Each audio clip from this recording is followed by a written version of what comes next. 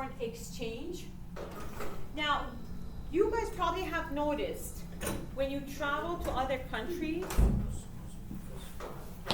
sometimes you go to Mexico, you convert the money, the currency, you give $1, and they give you, for example, for $1 that you give, they give you 20 Mexican pesos, right? Another time, you go there for $1, they give you 16 Mexican pesos. So in this case, did Mexican pesos appreciate or depreciate?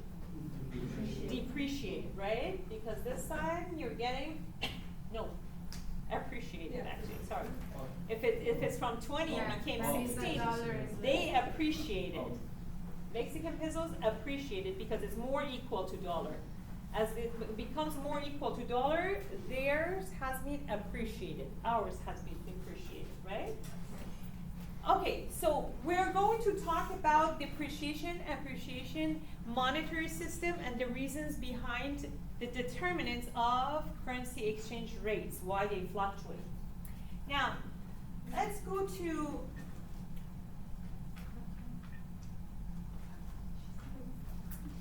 I have to actually start with one of the main reasons that it can impact a currency as far as the value of currency is supply and demand. So if there is more demand for your currency, it will stay up. If there is less demand, it will go down, okay? That's number one factor behind it, but there are a lot of other determinants which we're going to talk about later, but that's the main one. So one thing I want you guys to know is the history of how we came where we are right now. So let's talk about the gold standards and pegging to United States dollar. When World War I, before World War I, all currencies around the world used to be pegged, meaning fixed. Peg is pegged, meaning fixing. It was fixed. They were fixed to gold value, 1 ounce of gold. So if 1 ounce of gold would appreciate, the price would appreciate, for example, 0.01%, all currencies would appreciate this exact same amount, same rate. Okay? Because it was pegged, it was fixed. Whatever happens to gold, value of gold, all currencies will happen to them. But what happened was that at the time of World War I, governments had to support their war expenditures, so they started printing money. When you print money, what happens to your currency, the value of your currency? Depreciates because it's a lot of supply, right? It's a lot of supply and not much demand because countries are busy fighting with each other. They cannot invest. There's not much demand. They just need to print money of their own so they can support their own war expenditure. So it actually brings too much supply, not much demand. The currency value depreciates. World War I ended, and the countries, they didn't even want to do business with each other because they didn't want to do trade at all. So between World War I and World War II, they didn't do anything, no trading, protectionism policies, very minimal trading. Then World War II happened. After World War II, they decided to, right now, it's 1945, World War II ended, and they want to come up with a system that it can help them prevent from future World War happening, right? So what can we come up with? They decided to come up with forming a couple organizations. They formed a couple organizations under Bretton Woods Agreement. So when we see Bretton Woods agreements, meaning set of agreements we have. Bretton Woods agreements. Under Bretton Woods agreement, Bretton Woods is a location in northeastern United States, in New Hampshire. A couple of countries after World War II, they came up together and they decided to form a couple organizations. So in the future, they have representatives in these organizations. They can talk civilized and resolve their issues, not getting into war. I don't know how happened. I mean, successful they were in this agenda, after like about 75 years, they're still not there. But the first one they did was United Nations. So it's 1945, right? And these are called Bretton Woods Agreements. United Nations was formed to keep the peace around the world. Everybody sends a representative so they can have a civilized discussion. The second one was IMF, International Monetary Fund. International Monetary Fund.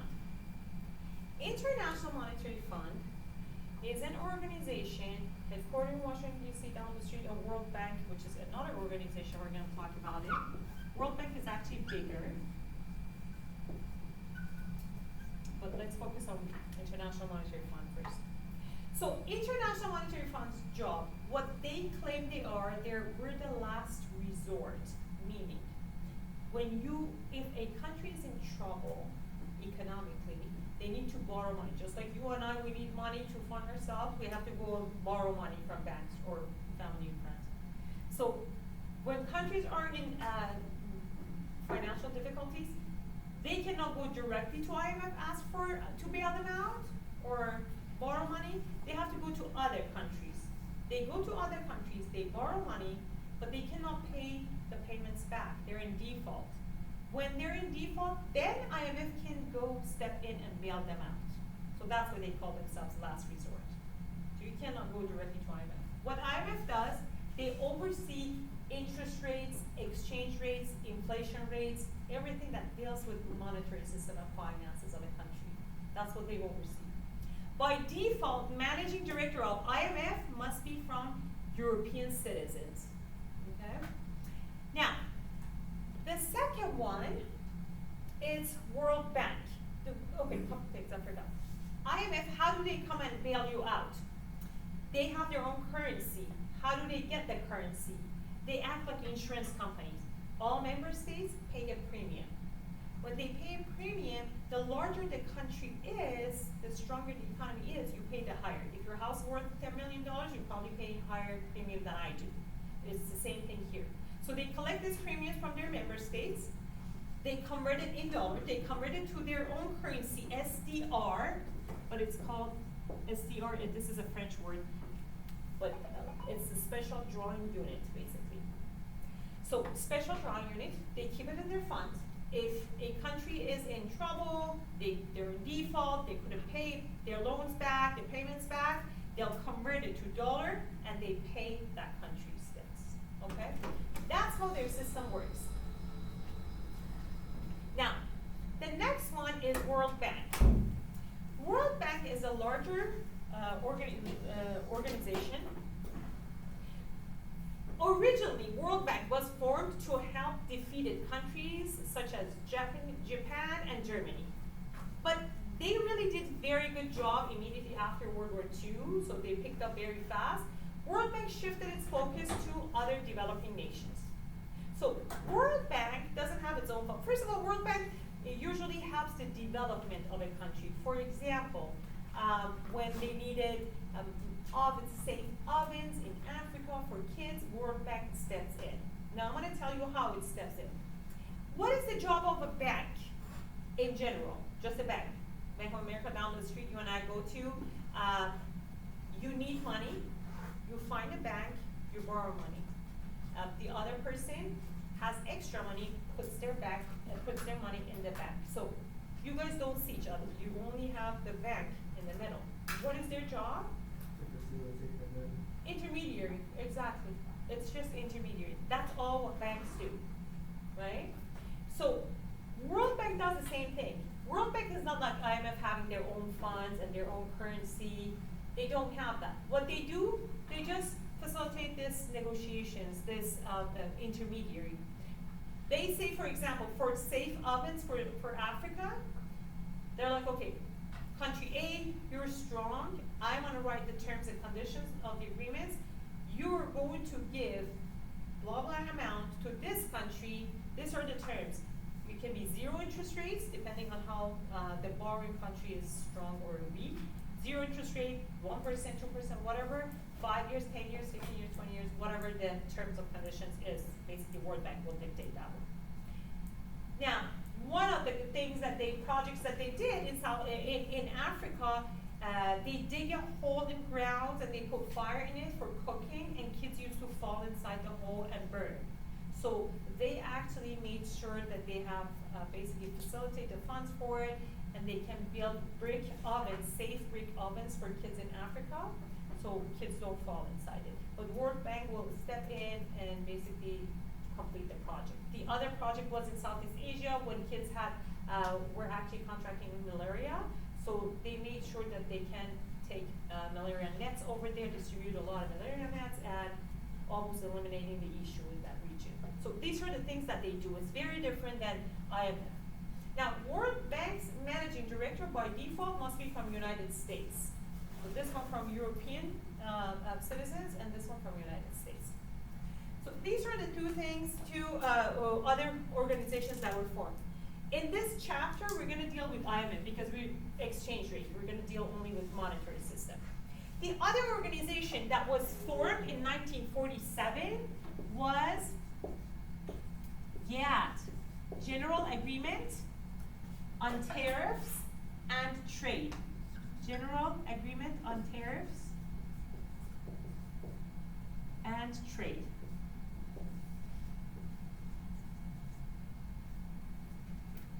So this is the one that we usually in this class, international business, we basically focus on this one a lot. Remember that we talked about, I think last week, we talked a lot about trade barriers, tariff, quotas, administrative policies, right? General Agreements on Tariffs and Trade was formed to make sure, encourage countries to eliminate all these barriers against each other. Remove the barriers, work with each other, remove the tariffs, quotas, make sure you trade freely with each other, make sure you invest in each other's market. That's what World Bank did, GATT did. It was because the idea behind it is that if countries invest in each other's market and they do a huge trade volume with each other, the chances of military intervention is reduced. Like if you save your money, put your money in your neighbor's house, you will protect it. That's what it's believed, okay? So that's why they said they're encouraging countries to work with each other freely. It was kind of successful throughout the years. It did reduce the rate of tariff, but it was not doing its best. After a while, it was called General Agreements on Talks and Talks, because when one member state was violating the terms and conditions, they didn't have any enforcement power. So therefore, they changed it to WTO, World Trade Organization, which we know today, right? WTO, I'm not sure if it's working. WTO, World Trade Organization in 1995.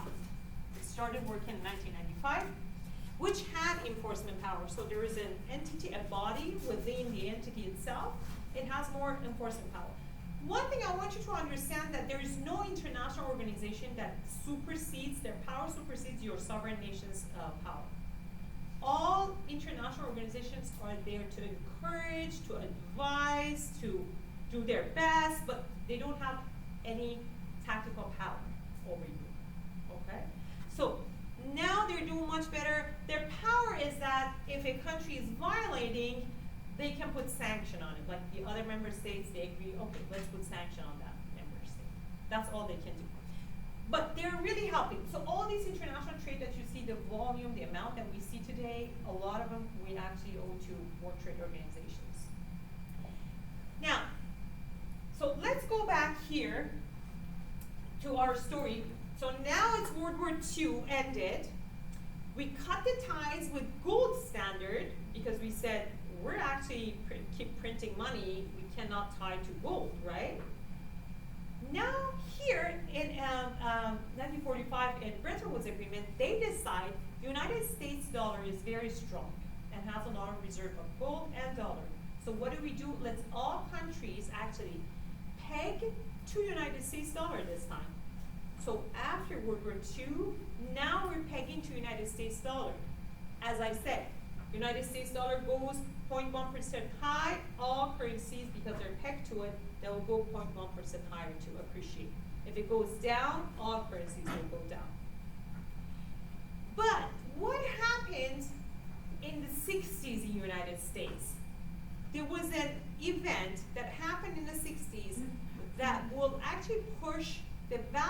of a currency down, and it pushed the value of dollar down.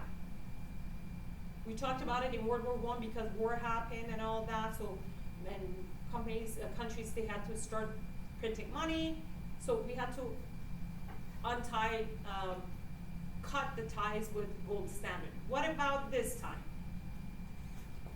In 1960s, what happened in the United States? It was the war with Vietnam, right? So the same thing happened again, and the United States started printing money. When you're in war, you actually need to support your expenditures. So the same thing happened. Then, in 1973, Six-Day War between Israel and Palestine happened, and United States, Arab nations stepped in and supported Palestine, and United States stepped in, supported Israel. A lot of Arab states, they actually withdrew their investments from United States. So that was another actually push, right? They actually invested in United Kingdom. After that, they had an emergency meeting in 1973 in Jamaica, which is called Jamaica Agreement. At that time, countries decided, okay, we're not going to peg our currency to United States dollar anymore. All currencies, they have to float freely. They have to float freely. Now, when you float freely, let's say here it's floating freely, free floating. And then here is pegging.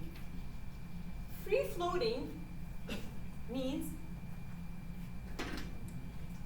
government doesn't intervene to basically implement a policy to control the fluctuation. Government will not intervene. It's only based on the supply and demand of the currency. So United States dollar, European euro, Swiss franc, for example, Japanese yen, Brazilian real. All of these, they do have demand. Therefore, they let it float freely. Government will not intervene. The other side, that's what they decided to do in Jamaica. They said, we're not going to have ties pegged to United States dollar anymore. Now all currencies can actually float freely, right? Now, the other side was pegging, which all currencies were pegged. At that time, after that, they said, okay, if a country wants to be pegged to another currency, they can do it based on one-on-one agreements under IMF supervision.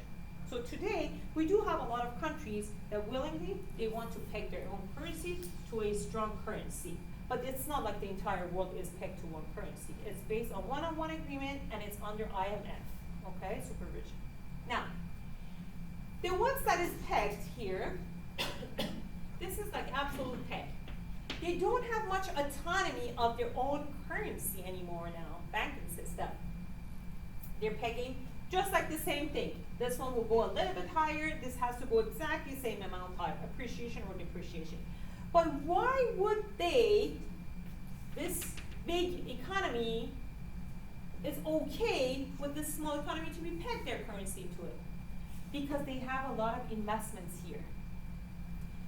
Small Arab nations around the Persian Gulf or like Jordan, those countries have pegged their currencies to United States dollar because the United States has a lot of investments there. A lot of African countries, they peg their currencies to euro because of trade volume, because of geographic proximity they have. They do a lot of trade volume with euro. So they peg their currency to euro, and euro is okay with that because Europe has a lot of investment in there. So that's as far as when they do absolute peg. But there are other types which are, for example, crawling peg. And then we have managed floating. Or some people call this free floating and call this dirty floating. Dirty or managed floating is the same thing. So, about crawling peg, this is also pegging. A small company pegs their currency to a strong country. But this one, they have a free range of maneuver, basically fluctuations. For example, if United States dollar is appreciating 0.2%. This one, based on the agreement that they have within a range, this can go up 0.26%. It shouldn't be exactly the same. This is the absolute. But when you go here, you have a little bit of range to maneuver for yourself. That's what they can do. Then we come here to manage floating. Manage floating countries like, for example, India, they let it free float, right? But sometimes it goes too low because there's no demand, or it goes too high because there is much demand. Those situations, government has to step in and intervene and implement a policy that can get back on track. That's why we say manage, because sometimes they have to step in and manage it. Now, how do they manage that?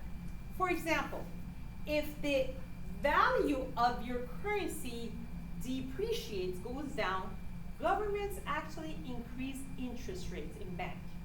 When they increase interest rates, banking interest rates, they attract foreign investors, hey, billionaires from around the world. United States only gives you 5% when you put it in your money market, and 5 years you don't touch it and all that, but I'll give you 24%, bring it here, okay?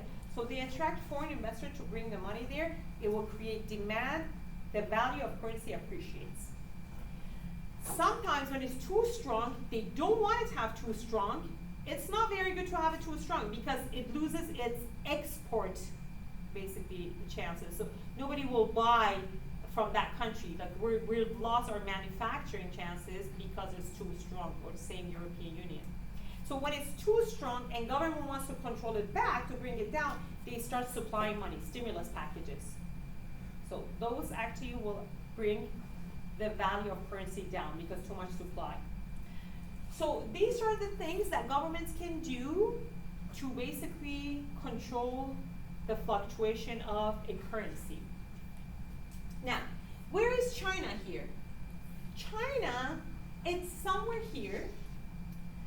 China, actually IMF says that too. They informally and artificially control their currency. Do you think if China was a free-floating currency, should they be strong or weak?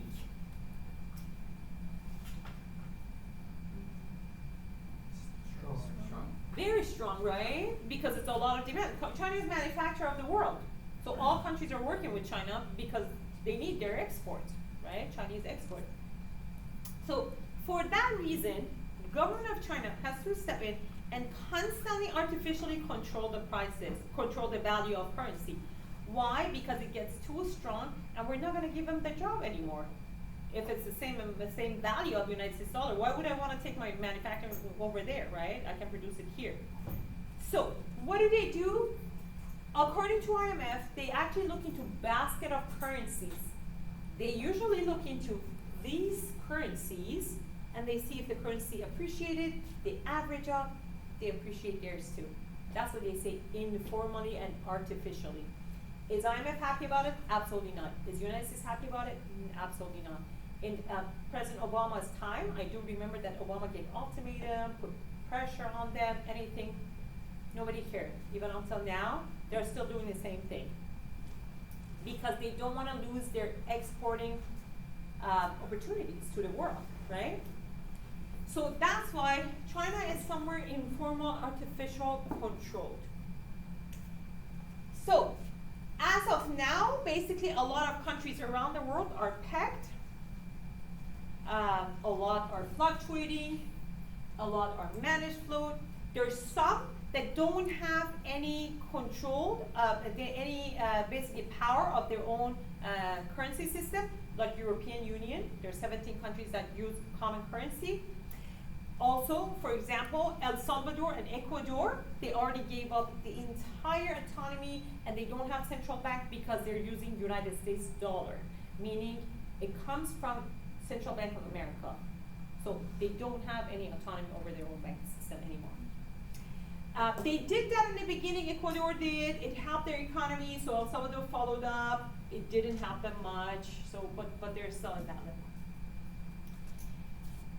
One question, If I am, for example, a Brazilian tourist, anybody knows what Brazilian currency is? It's actually real, R-E-A-L, but Brazilians don't pronounce R, they pronounce H, so we say real. So Brazilian real, okay? And I want to go to Thailand.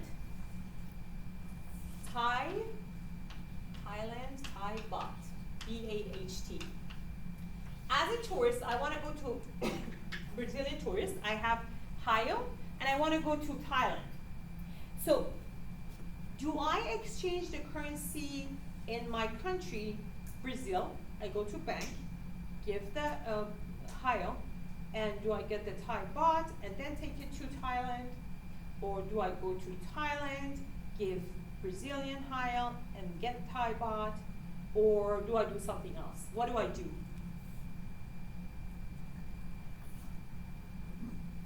Will you get a better rate if you do it in Thailand? No.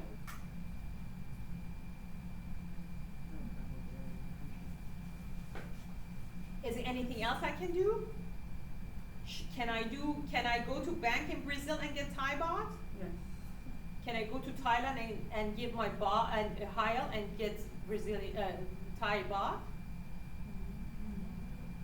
Have currency exchange. Yeah, go ahead. No, like at airports, like currency exchanges and stuff. No. No, the answer is no. No, you cannot. You actually cannot. That's why I said, or something else you have to do. Exactly, that is correct. You have to exchange it in Brazil. You give baht, you give real, and you get United States dollar. You take your United States dollar to Thailand. You give United States dollar to the bank, and you get Thai baht. First of all, the reason is because countries around the world, they cannot have all currencies in their reserve just because one person might want to at the one point will go as a tourist from here to there. It just doesn't make any sense for them. Okay? Usually countries have the largest reserve is their own currency. That's number one. Then they have United States dollar up to 80%. And then it is, as you said, European euro, Swiss franc, Japanese yen, other strong currencies which they have trade with, right? Right now, Chinese yen. So these are called vehicle currency. United States is a vehicle currency, major vehicle currency. Takes you from point A to point B. You have to convert it to this one and then go to the other point. So it's called vehicle currency. The other thing that we're going to talk about this chapter is currency board. So we just talked about it. We said usually countries have their own currencies and the largest in their reserve, right? And then it's dollar and other currencies. In 1990s, well, in 80s, I remember actually those days, Thailand was advertising a lot to attract investors. So a lot of investors, foreign investors, invested in Thailand in manufacturing, and unfortunately they didn't see return on their investment. So in 90s, they pulled out all those money out of the country. When they pulled the money out, the investments out, Thailand started going down. But the effect was so big, it had a contagion effect. So it went entire the region, right? It impacted South Korea, a lot of countries in that region, Malaysia, Indonesia. But one country that was not impacted, one region, territory, it was Hong Kong. So what Hong Kong did, they're like, okay, we have more dollar in our reserve than our own local currency. So can we actually convert it? It's called currency board. This process is called currency board. Can we actually convert our currency to Hong Kong dollar? Okay?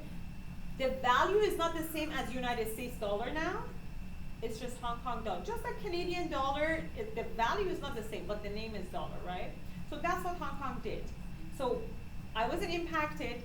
I have more dollar in my reserve. I want to use currency board and exchange my currency from the old currency right now to Hong Kong dollar, I want to call it. And you can do that, okay? If you have a lot of strong currency, more than your own local currency in your reserve. So the other thing is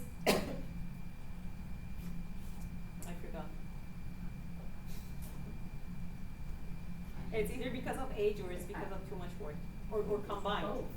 Combined together. Because I repeated the same thing 3 times today. I don't know. It will come to me when I see the PowerPoint. So let me go to the PowerPoint now. And I'm recording this.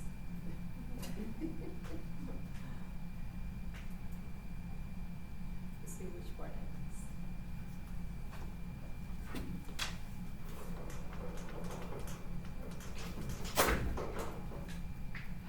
Oh, so there's one exception. Sometimes you do have when you have a high trade volume with, for example, your neighboring country, for example, you might have your currency number 1 and your neighboring country, because of high trade volume, that currency as number 2 in your reserve, not necessarily dollar. It doesn't happen all the time, but it happens. It's based on your level of trade. Now, one thing, for example, this is the one I wanted to say. Which currency do you guys think that is the most devalued currency in the world as of now? Argentinian, Pesos? Venezuela. Venezuelans is a very, very good guess. Yeah, you're right. But it's not as devalued as Iranian real is the most devalued, at least as of 6 to 9 months ago. They said it's absolutely the most devalued, and it hasn't changed since then, so I'm assuming it's still the same. The reason is, why is it? It's almost the same thing as Venezuela. Because of embargo. We talked about supply and demand. International community is not doing, because the country is under embargo, nobody is doing trade with Iran, right? So if nobody needs your currency, the currency goes down. How Iran does is mostly based on barter. So they go give fuel, they get rice, for example, back. That's how they do it. Now, they do a lot of volume with Turkey. That's why they have a huge Turkish lira reserve in their reserve. Not a lot, I mean, of course a lot of dollar too, but the country cannot even have a lot of foreign exchange at this time because it's under embargo. That's why I pulled this one for you guys here. So for you to see the currency value. So this one, and I want you to see if this is all for 1 month. And it's like 92 cents to not even 94, and then here, the maximum difference is not even 4 cents. You see what I'm saying? So, meaning the fluctuation between United States euro and European dollar, it's not much. They go up and down constantly, but it's not like this. You see what I'm saying? It's always with between like 20 cents maximum up or down. That's maximum. But when a country is, because both politically and economically they're stable countries. That's you. But countries like this one, for example, I was going to show you. This is only for 1 month. You see the fluctuation, how it goes up and down. But let me show you this one here. This is only 1 month. Like this one is totally off the chart. It shouldn't be like that. What happened there? Yeah, exactly. Embargo. You mean here? Yeah. This is December 8, 2022. Not even a year ago. So it probably went down.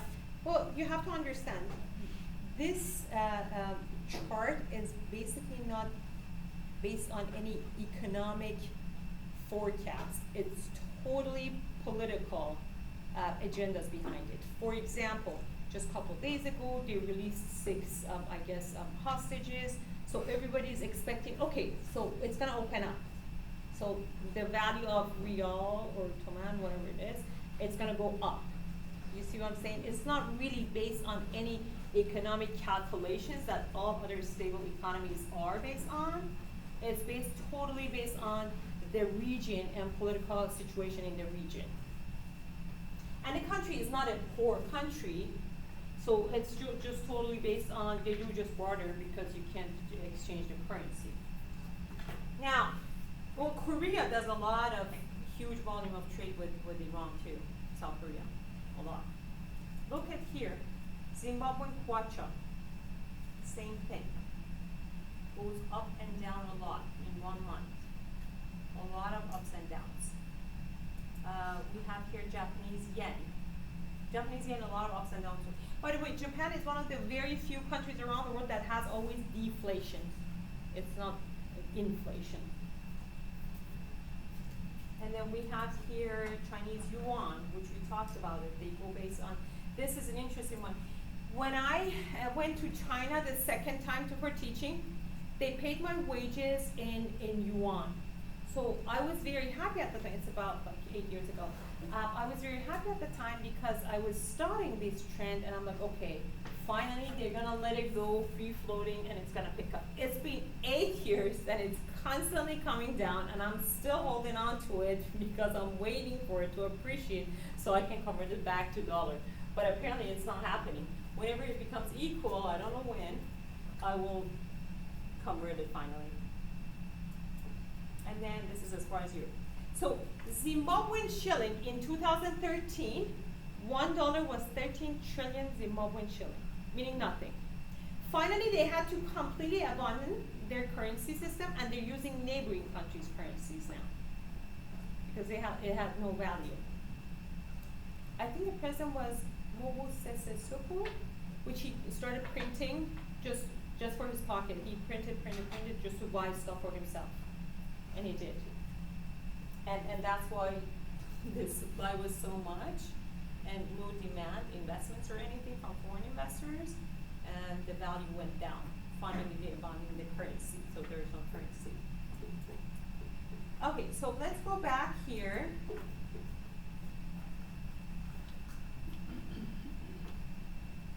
So these are the determinant that can impact the fluctuation of currency rates.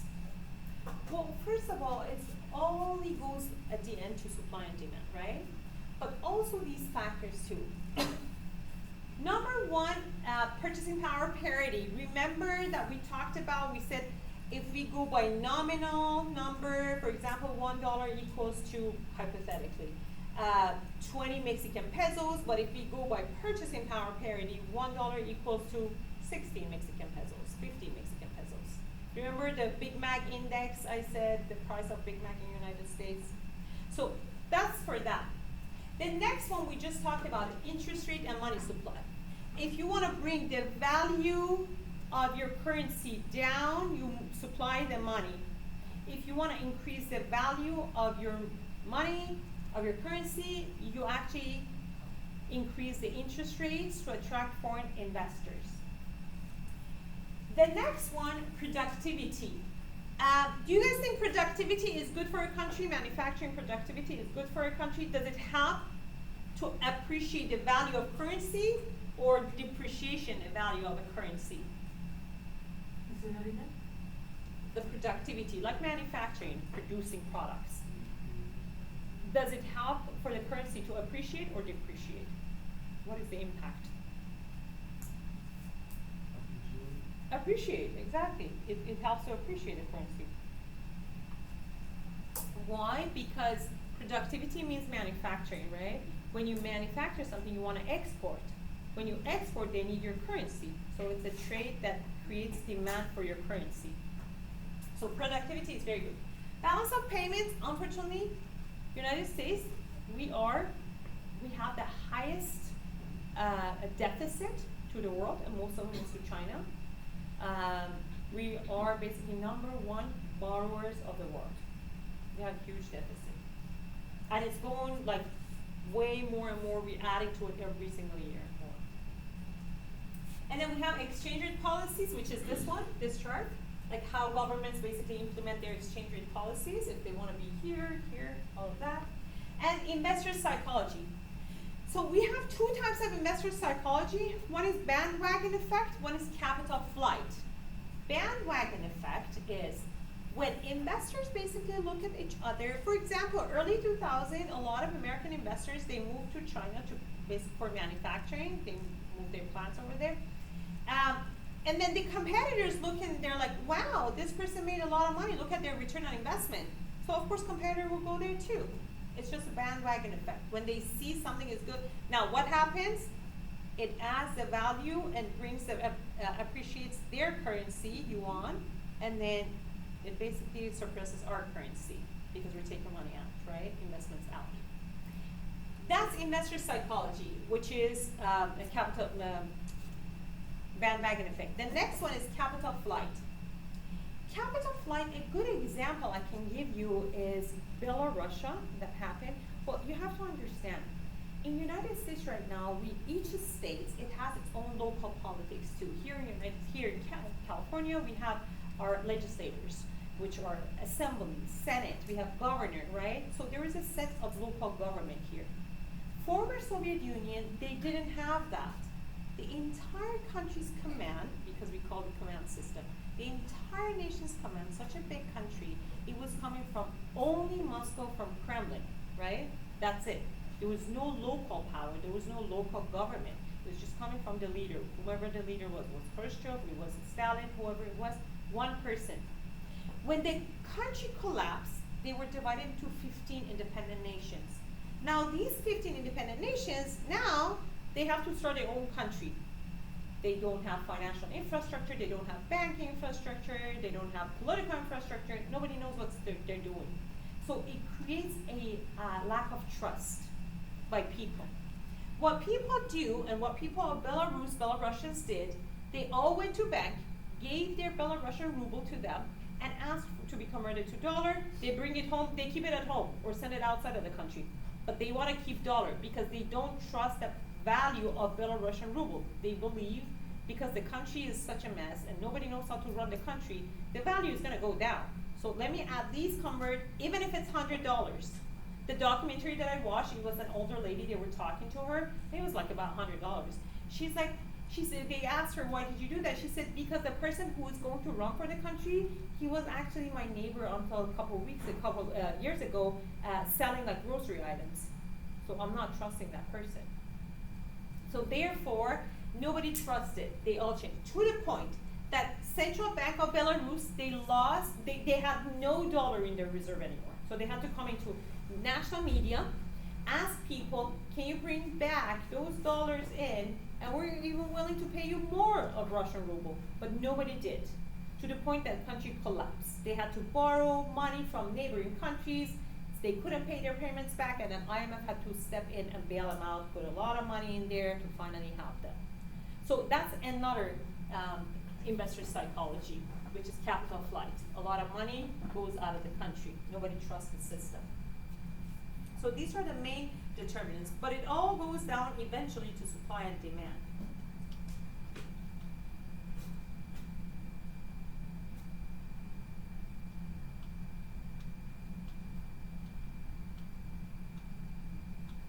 Okay, so these are the three types of foreign exchange transactions.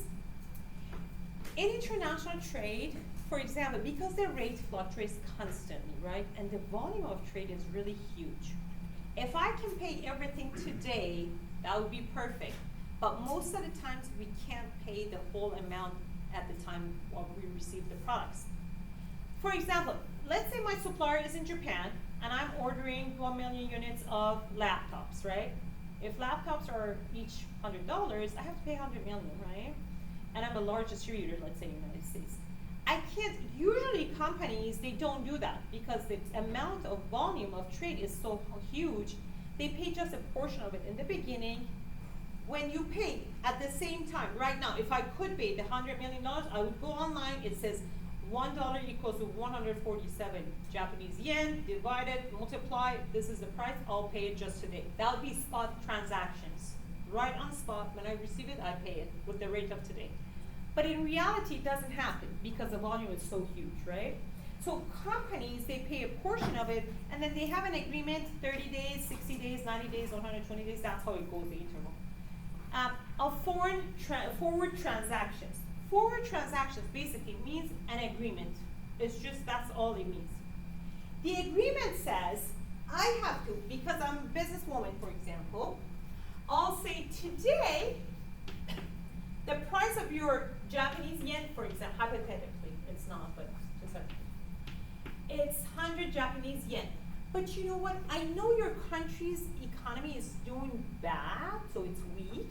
In 6 months, when I'm going to pay you, I can see that it will be 150, meaning it's going down, right? But I'm so good, I'm gonna pay you, let's close the deal with 120.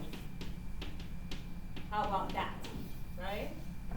And the Japanese supplier will say, as a matter of fact, I have forecasted and I searched the economy online everywhere, central bank. What I see here, I see that $1 today is 100 Japanese yen, but my actually research shows in 6 months, it will be 50 Japanese yen, meaning it will be very strong, right? But I'm so good, I will give you, I'm such a good loyal partner, I wanna work with you, I'm gonna actually calculate based on 80 Japanese yen, okay? It's just an agreement, it's nothing. It's just an agreement, they close the deal, whoever can push it down as much as possible, you push it down and close the agreement based on your agreements. In 6 months, they can fluctuate, they can go high, down, low, whatever happens, doesn't matter. You've locked your rate. And let me tell you this, a lot of companies lose a lot of money based on that. It happens all the time. So that's called forward exchange rate or forward transactions. But the other company that makes money, they making a lot of money. And that's reliable because both of those countries are stable? Like let's say. It's not, it doesn't matter if it's reliable, it's just based on your agreements. but Two how you parties said- agreement. But how you said, the yen is forecasted to be 50 to. Individual forecast, companies forecast. Okay. Not really, has nothing to do with the general overall economy or world trade or whatever, World Bank or anything at all. It's just individual. It's just negotiation skills of the two companies, that's it. Which is called hedging. It's a type of hedging. It's a type of hedging because hedging is insurance. You're insuring your loss, basically. You're reducing the chances of your loss. That's all what it is. It's a type of hedging. Now, the other type is swaps. Swaps, the first time swap happened was between World Bank and IBM in 1981. IBM, being an American company, didn't have a lot of dollar, United States dollar, and needed dollar, but they had a lot of Swiss franc, European currency. World Bank had a lot of United States dollar, but needed Swiss franc. So what happened, one of IBM's high consultants, he told them, I know that World Bank actually needs Swiss franc and you need dollar. They have dollar and you have Swiss franc. How about the same amount of today, the transaction, the same rate of today, you put your money from Swiss franc to their account, and then they put from their account in United States to your account. So you totally circumvent all the transaction fees, exchange fees, everything, right? And that's exactly what they did. When it happened at that time, that was the first official legal time that it happened. And then after that, companies are doing that all the time. So the losses are minimal because it's based on today. At that time, loan fees were very high, interest rates were high, so that was the best deal for them to do. Now, the other types of hedging, which is insuring basically, it's currency hedging, which is called, and then there's swap, strategic hedging. As we said, it's like insuring your business, your currency, your transactions.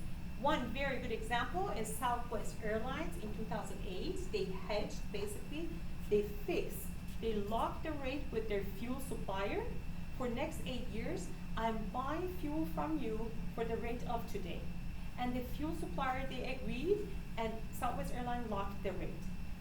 Then in 2011, I don't know if you guys remember here, it was very, very expensive. So from 2008, from $55 per barrel, it moved up to about $115 per barrel in 2011.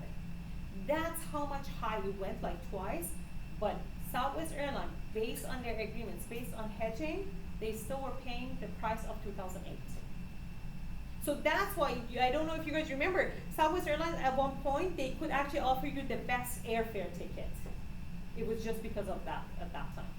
Not anymore, they don't do that anymore. But it was like about 10 years ago they were very famous about they're the best price because of that. They could do that. So basically hedging, it's very good, it's insuring, but you have to be very knowledgeable about the market because you can lose a lot of money. And currency board, we talked about it, just like Hong Kong. And that was it. Okay, so this is for today. Anybody has any question?